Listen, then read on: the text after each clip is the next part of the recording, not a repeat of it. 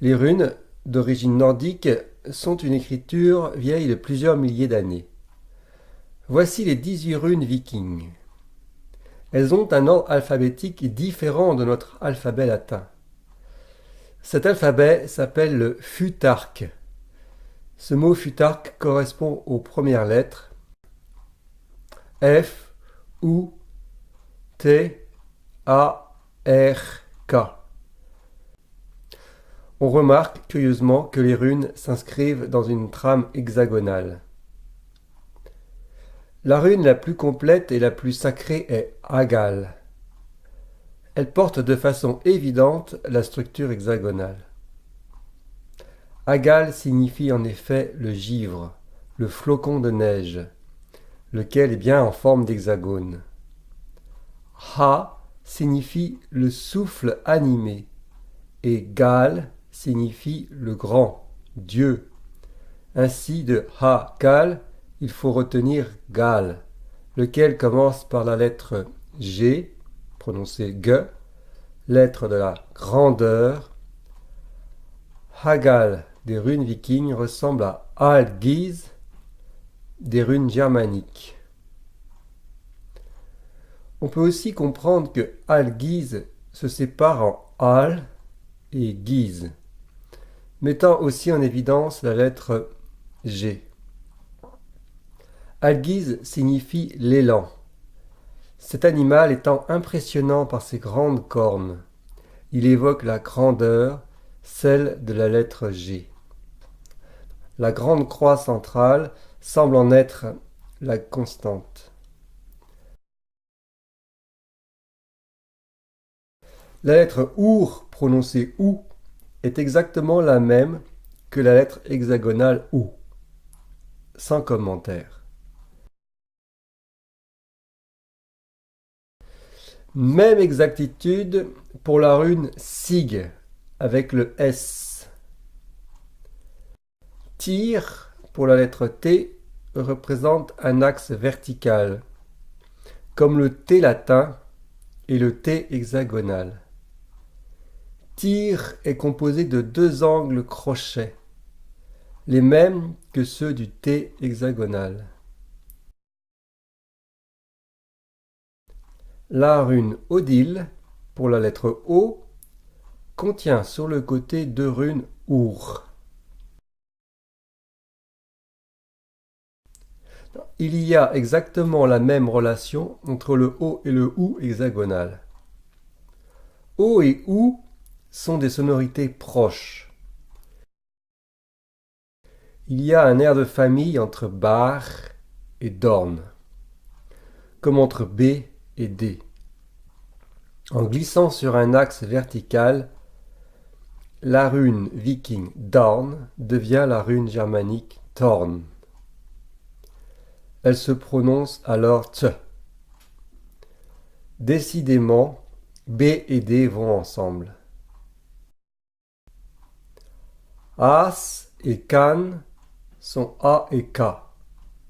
As, réceptif, est tourné vers la terre.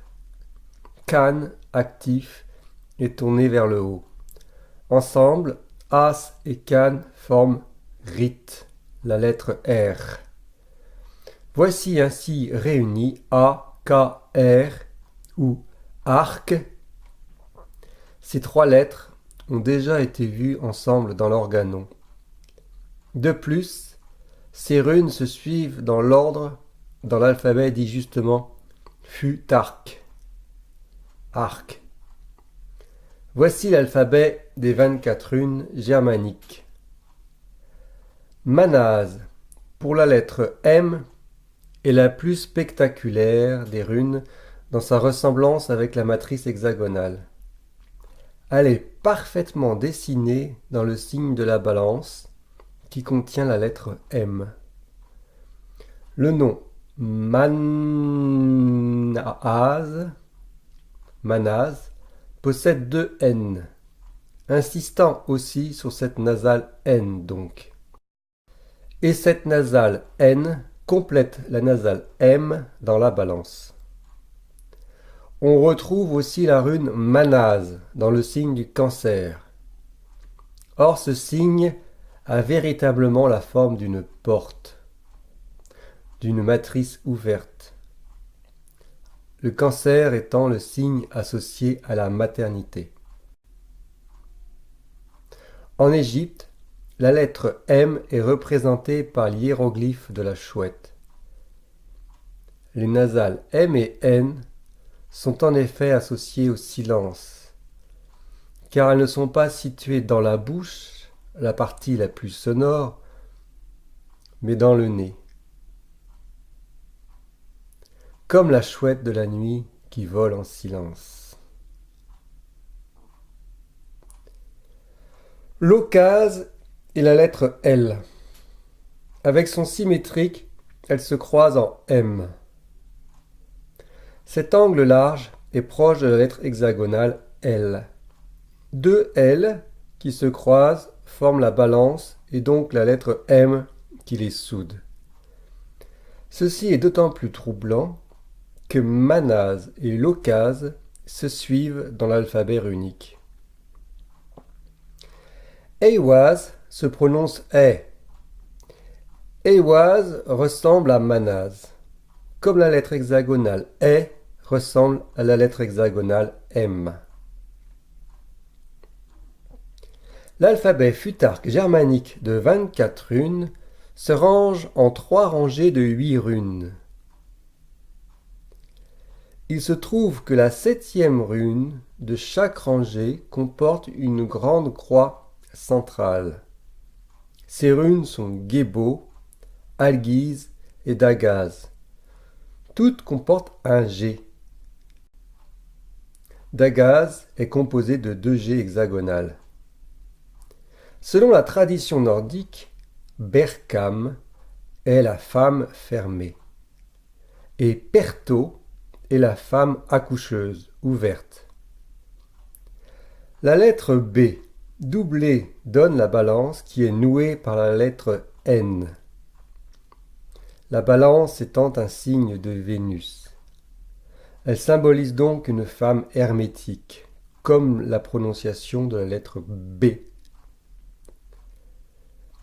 Les 2 triangles bien fermés de la rune Berkam s'ouvrent en devenant la rune Perto.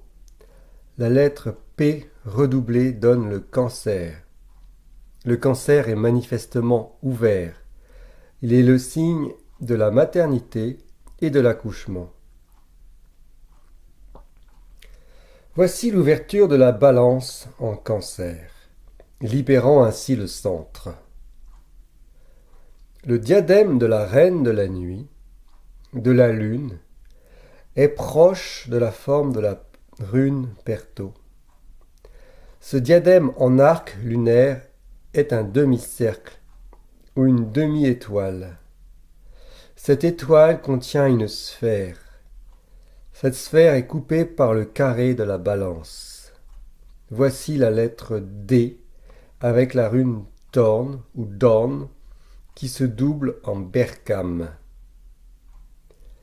La matrice Manase est donc fermée dans la balance hermétique et mystérieuse et elle est ouverte dans le cancer. Le centre, ici au centre de la croix, est libéré par Perto.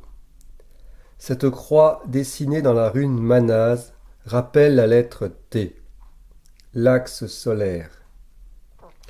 Ainsi, dans le M de Manase, il y a un T solaire. T est effectivement la lettre opposée à M. Et curieusement, le mot Perto est composé de P et R, lettres du cancer lunaire, et de T et O, lettres du lion solaire. À croire que la rune Perto est la lune accoucheuse du soleil. Otalase et Ingwaz sont proches, aussi bien dans l'ordre alphabétique des runes que dans le graphisme. Ingwaz décroisé devient Otalase. Ce décroisement est identique à celui des lettres hexagonales N et O, qui sont des opposés. Ingwa se prononce ng. Il est donc une nasale très proche de N. Otalase est la dernière rune germanique, le O final. L'alphabet grec se termine aussi par O. Oméga, le grand O. À l'image des 3 branches d'oméga, il est présent 3 fois dans le signe du lion. Il est méga, en triple. Le O est le fruit solaire, le but ultime de la chevauchée de l'alphabet runique.